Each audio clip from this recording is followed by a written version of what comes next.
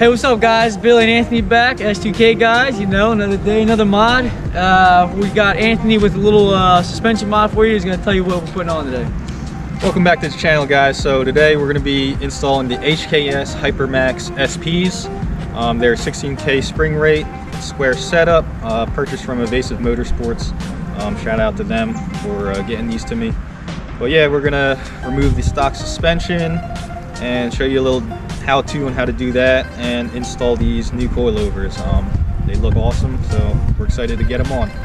Let's do it.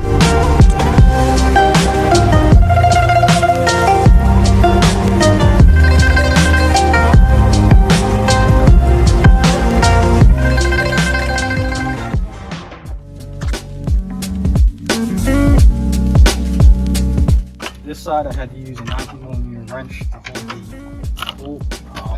The weld actually broke on the frame, but it will still hold up.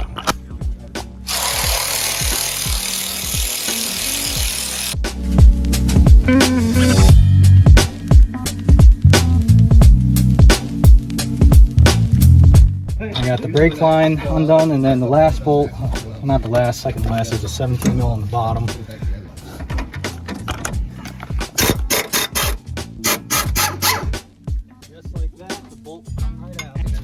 Get the top bolts out, and then the driver's side front strut will be ready to go.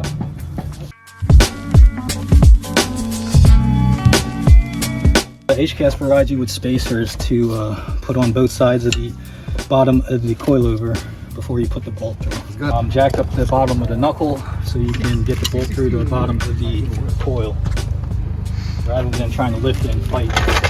This is a lot easier method. Use a OEM bolt, but they actually provide you a new nut. So same bolt, different nut? Same bolt, different nut. And the kit comes with 4 of these, so 1 for each coil. Alright, bolt is in.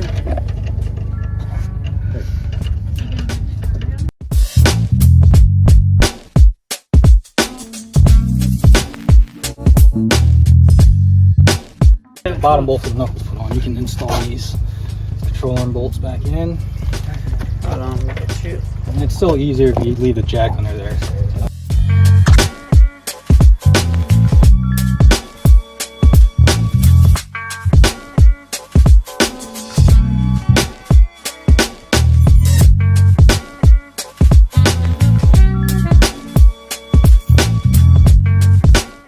So it's pretty much 14 milliliters at top, 17 mil for the control arms, 17 mil for the bottom bolt, Okay. and then 12 mil for the brake line. The hose clamp that HKS gave you. And that just bites down where? Onto the It wraps bottom? around this cylinder. Let me get in there. The kit provides you with a new bolt to bolt the brake line on.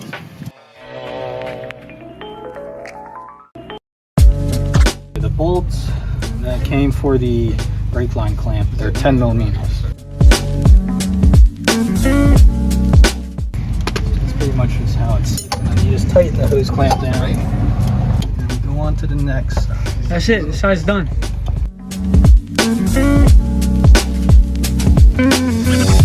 I'm doing the driver rear first because it's more of a pain in the butt. Because the fuel neck filler is in the way of the two 14 millimeter strut bolts. So an easy way to get around that is to take this 10 millimeter off, Okay. and then come out, pop your fuel door, and there's gonna be 3 8 millimeter nuts that you just undo, and you'll be able to move the filler neck out the way to gain access to the back bolt. Gotcha. We loosen up the gas, Fuel neck. fuel neck, and now we're taking this off. We took off that bolt right here. So you just lose it, you're not gonna take it out. No, You you don't take it out. You just move it out the way a little bit. And there you go. That 14 millimeter bolt. bam, over the top of the strut. Yep, I already got the other one out, so we're good back here. The only thing that holds this strut on is the 17 millimeter bolt, and then the 2 top 14 millimeter nuts. Which is up top, you're saying? Yes. So it's 3 bolts? 3 bolts total. 3 bolts, bam, bam. Right now there's weight pushing on the knuckle from the strut. And to get the bolt out, I just use a open-ended wrench. This is a 14 millimeter.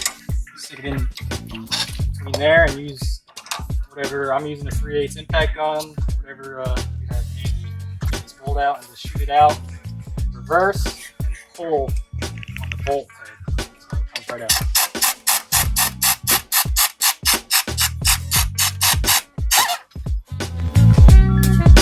Yeah, this is the driver rear coil. Since we had that issue with the filler neck in the way, HKS provided you with a flexible adjusting tool for the dampening. You just an Allen key that they provide you in the kit. You just lock it on the tops and tighten it down with this Allen head. Ah, so you gotta lock it on there. Okay. It's like X-rated. Oh, not too tight, you know, just snug. And then now you'll be able to turn it. So now you can adjust. Can you feel the clicks on there? Yeah, you can feel the clicks and everything. So it's going to be a lot easier if you install it and put the coil in, as opposed to trying to get this in and there because of the limited space due to the filler. The reason why they have the collars provided in the kit is because the opening for the bottom of the coil is actually bigger than you're going to reuse the OEM bolt, and it's too small to fit in here, so it will be a little play. The collar actually takes up the space and fits around the bolt.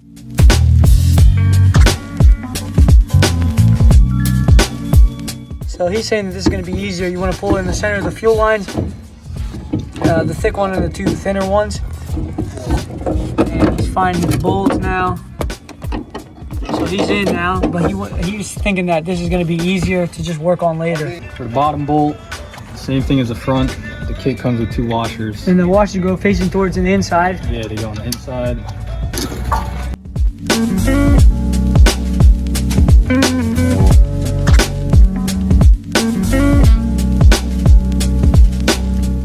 My new strutter's in, SPs are on. This is the height we're working with. We're about, not even, maybe, yeah, this is from the factory, so right in the middle, so whatever height it comes at, you're looking at about a finger, a solid finger. The front could drop. Front is almost a finger and a half, maybe 2 fingers. Overall, I don't think it looks bad. Adrian? Didn't say that, huh? Yeah. Edit that out. No, it looks good. I think it looks good. And plus, you just gotta settle a little bit. Stock height on the AP2, you can see it's a lot higher.